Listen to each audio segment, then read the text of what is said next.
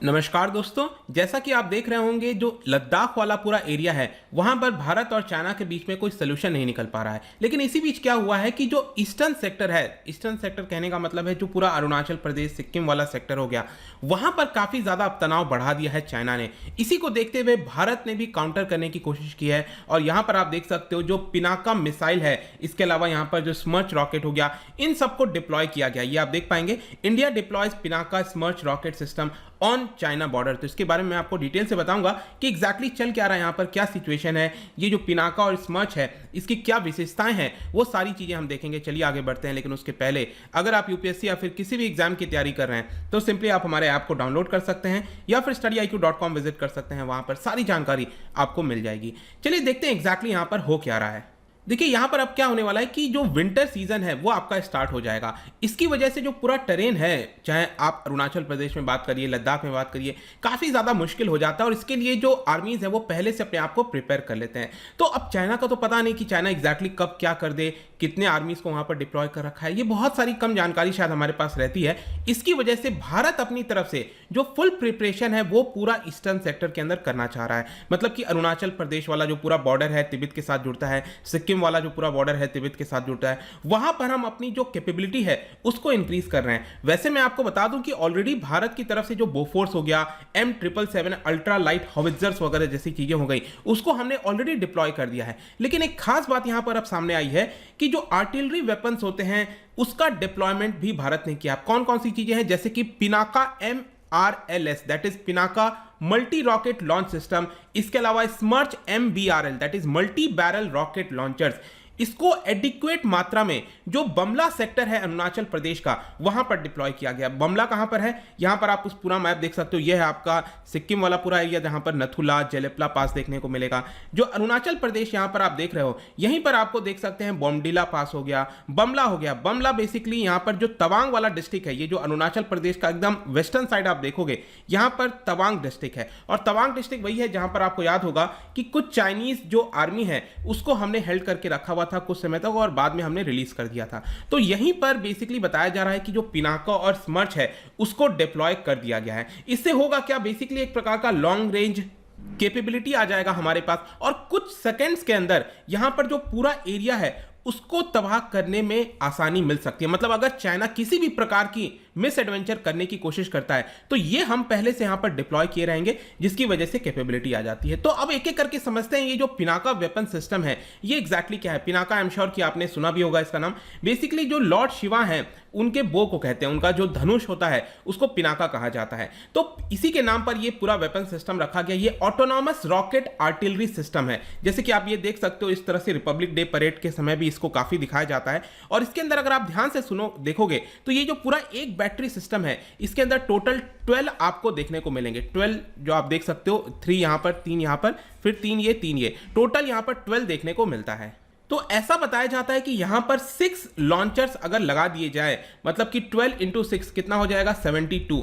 एक काम करेगा ये 44 सेकंड्स के अंदर, 44 सेकंड्स के अंदर 72 रॉकेट्स एक साथ फायर कर पाएगा, जिसकी वजह से एनिमी का करीब 1000 मीटर का जो पूरा एरिया है उसको खत्म करने की ताकत ये रखता है। तो आई होप आप समझ पा रहे होंगे। इस तरह के कई सारे बैटरी सिस्टम इस तरह से पोजीशन किए जाते हैं कि कहीं पर भी अगर हमें यहां पर निशाना करना है, एक पर्टिकुलर एरिया में यहां पर लॉन्च करना है, तो उसको हम 1000 मीटर के एरिया में पूरी तरह से उस एरिया को डिस्ट्रॉय कर सकते हैं। यहां पर अगर हम इसकी रेंज की बात करें तो 38 किलोमीटर है at the mean sea level. ध्यान रखिएगा, मीन सी लेवल की हम बात कर रहे हैं, वहां पर 38 किलोमीटर है। लेकिन यहां पर कई सारे जो एक्सपर्ट्स हैं उनका यह कहना है कि जो हाई एल्टीट्यूड एरियाज होते हैं, क्योंकि मैंने बात किया यहां पर बमला और ये वाले पूरे एरियाज में, यहां पर इसकी रेंज और ज्यादा बढ़ जाती है। मतलब कि जो हमारी स्ट्राइक की कैपेबिलिटी है वो और ज्यादा बढ़ जाएगा। इनफैक्ट आप देख भी सकते हो यहां पर जो लेफ्टिनेंट कर्नल सरत है, ये कमांडर हैं, इस बैटरी कमांडर हैं इस पर्टिकुलर लोकेशन पर, उनका भी बयान आया था इसको लेकर। उन्होंने कहा कि ये भारत का indigenous multi rocket launcher system है, जो कि डीआरडीओ ने खुद इसको बनाया है, state of the art technology के माध्यम से। ऑटोनॉमस वेपन सिस्टम है, यहां पर 38 किलोमीटर की रेंज और साथ ही साथ जो स्ट्राइक की कैपेबिलिटी है वो और बढ़ जाती है हाई एल्टीट्यूड में। इसके अलावा मैं आपको ये भी बता दूं कि रेंज को फर्दर इंक्रीज करने की कोशिश की जा रही है। इसका जो अपग्रेडेड वर्जन है वो ऑलरेडी प्रोडक्शन लाइन पर यहां पर चल रहा है और इसकी रेंज 38 किलोमीटर से बढ़ाकर 75 किलोमीटर तक बढ़ जाएगा। मतलब आप कह सकते हैं कि डबल इसकी रेंज हो जाएगी। और साथ ही साथ जो प्रिसिशन होता है, सुपीरियर प्रिसिशन, वो भी हमको यहां पर देखने को मिल सकता है। तो ये तो पिनाका हो गया। इसके अलावा बॉर्डर पर ही हमने स्मार्ट सिस्टम को भी लगा दिया है। स्मार्ट सिस्टम अगर आप देखोगे तो ये कन्वेंशनल रॉकेट सिस्टम में भारत की सबसे बड़ी, आप कह सकते हो, इन्वेंट्री है। कहने का मतलब है कि अगर हम रेंज के हिसाब से देखें तो सबसे ज्यादा दूर तक ये जा सकता है। इनफैक्ट स्मर्च में आपको बता दूं, ये हमने रशिया से लिया था, तो यूएसएसआर बेस्ड ये पूरा सिस्टम आपको देखने को मिलेगा। और इसकी मैक्सिमम जो रेंज है वो करीब 90 किलोमीटर के आसपास है। एंड इनफैक्ट इसके अंदर भी अगर आप देखोगे, ये रिपब्लिक डे परेड पर भी दिखाया जाता है, इसके अंदर भी टोटल 12 जो बैरल्स हैं वो अलग अलग इस तरह से आपको देखने को मिलते हैं। इसके अंदर बताया जाता है कि 40 सेकेंड्स के अंदर 48 रॉकेट लॉन्च होगा, क्योंकि एक में आपके करीब 12 हैं और मैंने आपको बताया कि टोटल 4 लॉन्चर से, मतलब 12 इंटू 4 48 हो गया। तो यहां पर 48 रॉकेट जब लॉन्च किए जाएंगे तो करीब 1200 मीटर एरिया, उस समय मैंने आपको क्या बताया था, 1000 metre area into 800 metre area, उसको पूरा ये कवर कर सकता है। लेकिन ये वाला जो है वो आपका 1200 मीटर बाई 1200 मीटर का जो पूरा एरिया है उसको खत्म करने की कैपेबिलिटी रखता है। तो ये हमारे पास और ज्यादा बेटर कैपेबिलिटी का आपको सिस्टम देखने को मिलेगा। और इसीलिए आप देख सकते हैं जो श्रीनाथ हैं, बैटरी कमांडर इस स्मर्च के, उन्होंने इसके बारे में बताया कि it is a very potent weapon. और यहां पर 90 किलोमीटर की पूरी range based on 10x10 tetra. और सबसे खास बात इसकी यह है ना कि किसी भी टेरेन पर जा सकता है, मतलब कि किसी भी हाई एल्टीट्यूड रीजन में, माउंटेनियस रीजन में काफी आसानी से इसको लगाया जा सकता है। और इसी की वजह से हमने जो बमला वाला सेक्टर है वहां पर इसको डिप्लॉय कर दिया है। अब जहां तक बात आती है इसके सिग्निफिकेंस की, तो जाहिर सी बात है, मैंने आपको बताया कि ये काफी क्विक रिस्पांस करता है। मतलब कहने का मतलब ये है कि अगर चाइना की तरफ से कोई भी हरकतें की जाती हैं बॉर्डर के ऊपर तो तुरंत ये एक्टिव हो जाएगा। और इसकी एक्यूरेसी काफी ज्यादा हाई है, मतलब कि बड़े एरिया में पूरे एक पर्टिकुलर एरिया को आप कह सकते हो यहां पर खत्म करने की कैपेबिलिटी यहां पे ये रखता है। इसके अलावा आप यहां पर देख सकते हो कि अभी रिसेंटली जो भी कुछ हुआ है, यहां पर प्रॉब्लम क्या है कि जो बीजिंग है उसने 100 rocket launchers high altitude regions पर वहीं पर लगा दी हैं। मतलब अरुणाचल सेक्टर में अगर आप देखोगे तो वहां पर डिप्लॉय किए गए हैं। इनफैक्ट ये पूरी खबर जो साउथ चाइना पोस्ट है, हांगकांग बेस्ड आपका पेपर है, उनके द्वारा इसके बारे में बताया गया था कि करीब 100 PCL 181 light and truck mounted howitzers ये चाइना के द्वारा डिप्लॉय किया गया है। और चाइना इस तरह की चीजें कर रहा है, इसी की वजह से हमें यहां पर अपनी भी कैपेबिलिटी बढ़ाने की जरूरत है, जो कि भारत ने भी अब यहां पर कर दिया है। इसके अलावा आपको याद होगा, अभी रिसेंटली मैंने वीडियो भी बनाया था जहां पर जो ईस्टर्न सेक्टर के चीफ हैं लेफ्टिनेंट जनरल मनोज पांडे, उनका यह बयान आया था कि जो विलेजेस वगैरह आपने देखा होगा बनाए गए थे सिक्किम वगैरह के आसपास, जो डोकलाम वाला पूरा सेक्टर है, तो वहां पर डुअल विलेज की तरह का काम कर रहा है। सिविलियंस को भी रखा जा रहा है और जो ट्रूप्स हैं उसको भी वहां पर रखने की कोशिश की जा रही है। तो यह थोड़ा सा चिंताजनक बात है। और इसीलिए भारत भी क्या कर रहा है, जो डे एंड नाइट सर्विलेंस की कैपेबिलिटी है अरुणाचल सेक्टर में, उसको यहां पर हमने बढ़ा दिया है।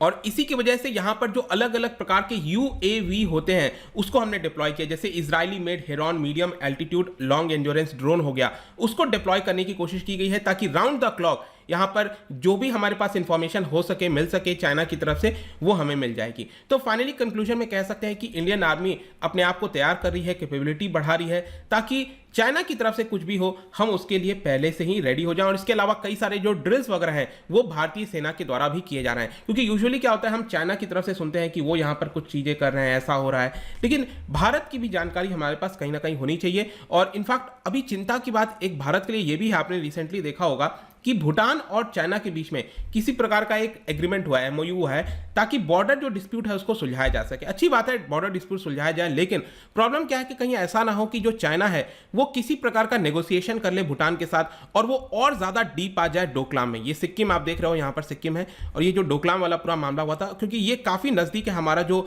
चिकन स्नैक जिसको कहते हैं सिलीगुड़ी कॉरिडोर, वो काफी नजदीक आ जाएगा। तो ये थोड़ी चिंता की बात है, देखते हैं क्या होता है। बट एटलीस्ट यहाँ पर आई होप कि आपको समझ में आ गया होगा कि भारत भी अपनी कैपेबिलिटी बढ़ाने के लिए बॉर्डर्स पर क्या कर रहा है। जाने से पहले एक इंटरेस्टिंग क्वेश्चन, क्या बता सकते हो, क्योंकि हम नॉर्थ ईस्ट की बात कर रहे हैं और रिसेंटली आपने आसाम और जो मिजोरम का पूरा बॉर्डर डिस्प्यूट देखा था, उस समय मिजोरम की काफी चर्चा हुई थी। क्या बता सकते हो मिजोरम का हिस्टोरिक नेम क्या है, ये आपको बताना है। इसका राइट आंसर आपको पता ही है, मेरे इंस्टाग्राम पर तो मिलेगा ही, वहां पर अगर आप नहीं हो कोई बात नहीं, टेलीग्राम से भी ले सकते हैं इसका सही उत्तर। मैं कई सारे MCQs यहां पर डालता रहता हूं स्टोरीज के फॉर्म में, आप जाकर प्ले कर सकते हो। बाकी अगर आपको PDF चाहिए तो टेलीग्राम पर आइए, अलग अलग सोशल मीडिया पर भी आप जुड़ सकते हैं। साथ ही साथ UPSC या फिर किसी भी एग्जाम की तैयारी कर रहे हैं तो सिंपली आप हमारे ऐप को डाउनलोड कर लीजिए या फिर studyIQ.com भी विजिट कर सकते हैं। आई होप कि वीडियो आपको पसंद आया होगा। मिलता हूं आपसे next time, till then thank you very much, see you soon.